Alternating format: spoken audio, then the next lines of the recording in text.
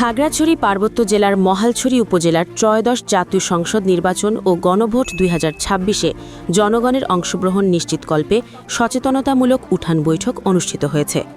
মঙ্গলবার ১৩ জানুয়ারি বিকালে মহালছড়ি সদর ইউনিয়নের ৯ নং ওয়ার্ডের মুরাপাড়া যৌথ খামার এলাকায় মহালছড়ি উপজেলা প্রশাসনের আয়োজনে এ উঠান বৈঠক অনুষ্ঠিত হয়। উঠান বৈঠকে উপস্থিত সাধারণ ভোটারদের মাঝে গণভোট সম্পর্কে সচেতনতামূলক বক্তব্য রাখেন উপজেলা নির্বাহী অফিসার মোহাম্মদ আবু রায়হান। কিভাবে গণভোট প্রয়োগ করতে হবে এবং গণভোটে অংশগ্রহণ করলে দেশে শাসনের ভারসাম্য ফিরে আসবে এসব বিষয়ে সচেতন বিষয়ে কথা বলেন তিনি।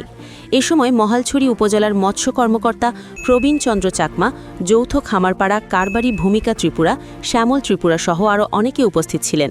এ সময় ইউএনও মোহাম্মদ আবু রায়হান বলেন, গণভোট একটি গুরুত্বপূর্ণ গণতান্ত্রিক প্রক্রিয়া, তাই গণভোট সম্পর্কে সঠিক ধারণা ও সচেতনতা অত্যন্ত জরুরি।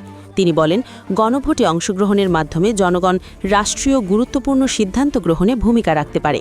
এজন্য সবাইকে নির্ভয়ে ও সচেতনভাবে গণভোটে অংশ নেওয়ার আহ্বান জানান তিনি। ইউএনও আরও বলেন, পর্যায়ক্রমে উপজেলার সব ইউনিয়নে এ ধরনের উঠান বৈঠক আয়োজন করা হবে। এতে করে তৃণমূল পর্যায়ে সাধারণ মানুষের মধ্যে গণভোট সম্পর্কে স্পষ্ট ধারণা তৈরি হবে। Desk news, Kalchakra 24।